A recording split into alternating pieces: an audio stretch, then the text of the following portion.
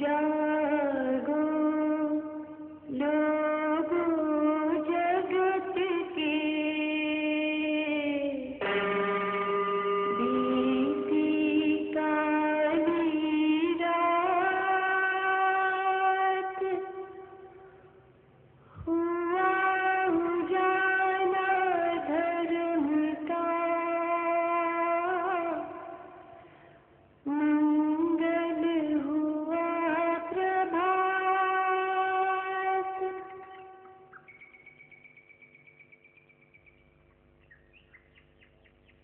अध्यात्म की यात्रा अपने भीतर करनी होती है। अपने बारे में सच्चाई की खोज करनी हो तो अपने भीतर डुबकी लगानी होगी। जो जो सच्चाई जिस जिस क्षण प्रकट होती जाए, उस क्षण उसी सच्चाई को स्वीकार करें। जो प्रकट नहीं हुई है उसकी कहीं कल्पना न करने लगें, उसके कहीं कामना न करने लगें। इसीलिए सारा मार्ग यथाभूत ज्ञान दर्शन, यथाभूत जैसा है, इस क्षण जैसा हुआ, यथाभूत। सांस कैसा है, गहरा है कि छिछला है, कि बाईं नासिका से गुजरता है कि दाहिनी से गुजरता है, जैसा है वैसा है, यथाभूत, यथाकृत नहीं। कि तन हुई किया न जाए, इस पर कुछ आरोपित न करने लगे। सांस के साथ साथ कोई शब्द जोड़ दिया, कोई नाम जोड़ दिया, कोई मंत्र जोड़ दिया, मन तो खूब टिकने लगेगा, लेकिन जो अपने आप को जानने की, अपने बारे में सच्चाई के अनुसंधान करने की यात्रा है, वो अवरुद्ध हो गई। मन टिक गया, लेकिन गहराई से अपने बारे में कैसे जानेंगे? तो यथाभूत था पिया न जाई कि तन हुई, कुछ आरोपित नहीं करें, यथा आरोपित नहीं, कुछ कल्पना नहीं करें, यथा कल्पित नहीं, यथाकृत नहीं। अपने आप जो प्रकट हो रहा है, आपो आप निरंजन सोई, अपने आप क्या हो रहा है, बस उसे ही स्वीकार करते हुए चले। तो देखेंगे कि जैसे जैसे सत्य का दर्शन कर रहे हैं, वैसे वैसे एक और मन एकाग्र हो रहा है। भले थोड़ी थोड़ी देर के लिए एकाग्र हो रहा है, पर ये एकाग्रता साथ साथ निर्मलता भी ला रही है। वैसे वैसे चित्त निर्मल हुए जा रहा है, और जितना जितना निर्मल होगा उतनी उतनी और सूक्ष्म सच्चाइयों का दर्शन हो सकेगा। विकारों के पर्दे उतरते चले जाएंगे तो ही सच्चाई का दर्शन होगा। जो दर्शन के ना चाहिए तो दर्पण मांझत रहिए। इस दर्पण को मांझते रहना होगा। मन के दर्पण को जितना जितना मांझेंगे उतना उतना दर्शन बहुत स्पष्ट होगा। सूक्ष्म सच्चाइयों का दर्शन होना शुरू हो जाएगा। जितना जितना सत्य के सहारे रहेंगे उतनी उतनी निर्मलता आती चली जाएगी। सांस देखते देखते हम अपने मन के स्वभाव को देखने लगे कि जब जब मन भूतकाल में या भविष्य में गया और उसे कुछ प्रिय लगा या अप्रिय लगा तो वो राग जगाता है, वो द्वेष जगाता है। जिस समय वो सांस पर फिर आ गया, अब केवल सांस आ रहा है जा रहा है इतना ही जानता है, तो न राग है न द्वेष है। सांस चाहिए चाहिए ऐसा राग कौन जगाता है, और सांस चला जाए ऐसा द्वेष कौन जगाता है। बस यथाभूत जान रहा है। भले थोड़े से क्षण मिलते हैं, काम शुरू करते हैं तो बहुत थोड़े से क्षण मिलते हैं, जबकि यथाभूत जैसा है वैसा है। लेकिन वो क्षण बड़े कीमती हैं। उन क्षणों में विकार दूर होने लगे, और विकार दूर हुए बिना कोई दुख के पार नहीं हो सकता। जे भाई चेत तजे न विकारा, तो के विधि होवे दुख पारा। चित्त के विकार निकले नहीं और समझें कि हमें दुखों से मुक्ति हो जाएगी, नहीं होने वाली है। तो इस क्षण की सच्चाई को यथाभूत देखें, साक्षी भाव से देखें, तटस्थ भाव से देखें। कोई प्रतिक्रिया नहीं कर रहे हैं, न राग की न द्वेष की। उतना उतना विकार दूर हुआ, जितना जितना विकार दूर हुआ उतनी उतनी और सूक्ष्म सच्चाइयां हमारे सामने आने लगी। इस रास्ते चलने वाले को एक बात खूब ध्यान रखनी होगी कि हर कदम सच्चाई के साथ हो। इस क्षण जो सच्चाई प्रकट हुई, बस वही मेरे लिए सत्य है। अगला क्षण आया और उस क्षण जो सच्चाई प्रकट हुई, वही मेरे लिए सत्य है। यूं क्षण प्रतिक्षण, क्षण प्रतिक्षण, आदि सच, जुगादि सच, है भी सच, नानक होसी भी सच।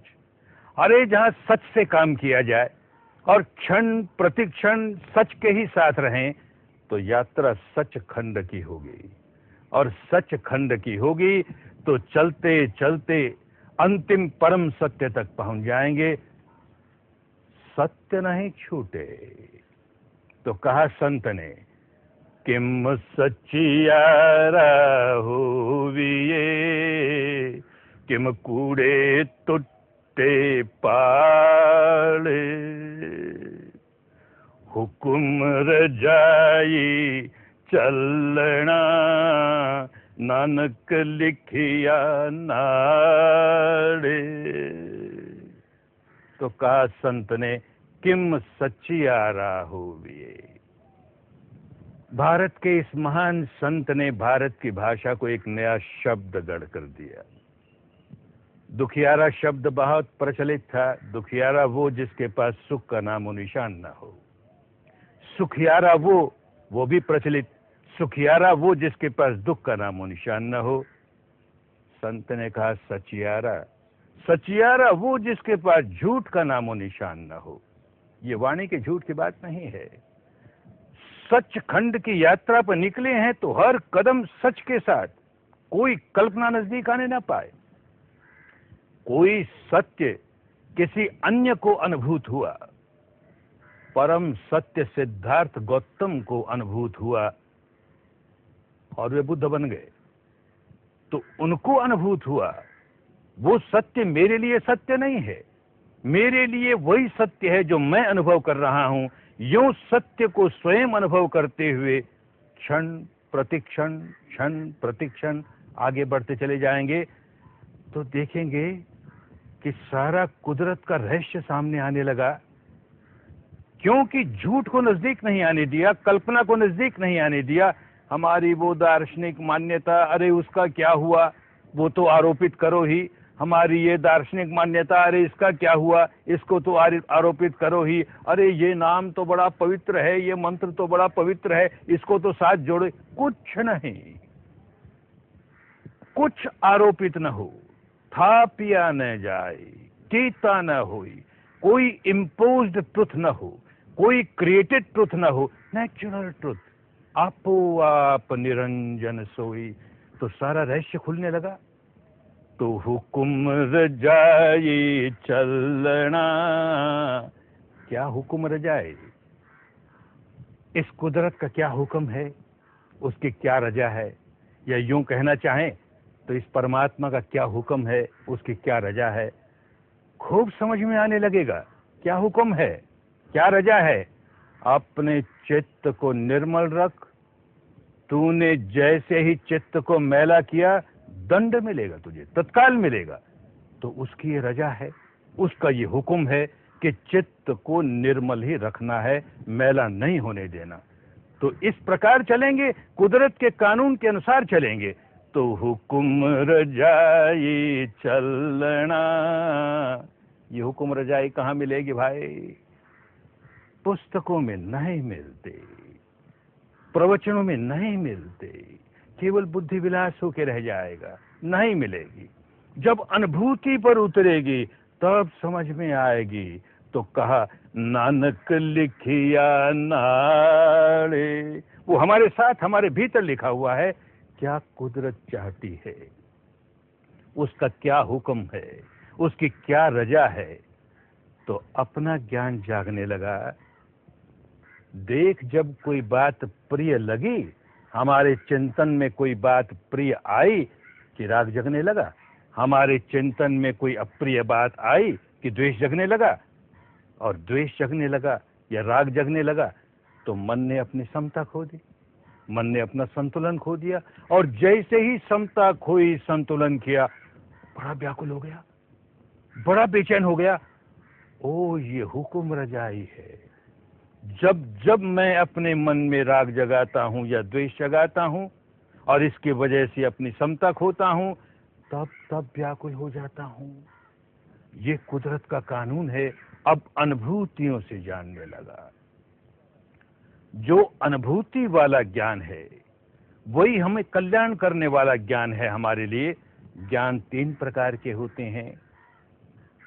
पहले को कहते हैं श्रुत ज्ञान, वो ज्ञान जो किसी और का है लेकिन हमने सुना है, हमने पढ़ा है, परोक्ष ज्ञान है, किसी और का ज्ञान है, हम स्वीकार करते हैं क्योंकि जिस किसी ने कहा है या जिस किसी ग्रंथ में लिखा है, हमको उस पर बड़ी श्रद्धा है, तो श्रद्धा से स्वीकार कर रहे हैं, मान रहे हैं, उसे जाना नहीं, परोक्ष ज्ञान है। अगला कदम होता है चिंतन ज्ञान का। जो पढ़ा, जो सुना, अब उस पर चिंतन मनन करेगा। मनुष्य है, चिंतन मनन करना उसका स्वभाव है। चिंतन मनन करके देखेगा कि भाई जो सुना है, जो पढ़ा है, क्या वो बुद्धि संगत है, क्या वो युक्ति संगत है, क्या वो धर्म संगत है। अगर युक्ति संगत है, बुद्धि संगत है, धर्म संगत है तो ही स्वीकार करेगा, अन्यथा नहीं। अरे जो बात सामान्य बुद्धि को ही स्वीकृत न हो उसको कैसे स्वीकार कर ले हम? तो चिंतन करके देखा, मनन करके देखा, हाँ भाई ये तो स्वीकार करने योग्य बात है, तो चिंतन ज्ञान हुआ। अभी भी पराया ज्ञान है, हमारा अपना ज्ञान नहीं, परोक्ष ज्ञान है। किसी ने कहा, हमने उस पर चिंतन मनन किया और स्वीकार किया। तो तीसरा ज्ञान, पहला ज्ञान जो श्रुत ज्ञान है, हमारे लिए कल्याणकारी है, प्रेरणा देता है, मार्गदर्शन देता है। उसके आगे बढ़ते हैं चिंतन ज्ञान, वो भी हमारे लिए कल्याणकारी है, हमें मार्गदर्शन देता है, प्रेरणा देता है। पर जो सही लाभ होता है वो प्रत्यक्ष ज्ञान से होता है। उसी को उन दिनों की भाषा में प्रज्ञा कहा।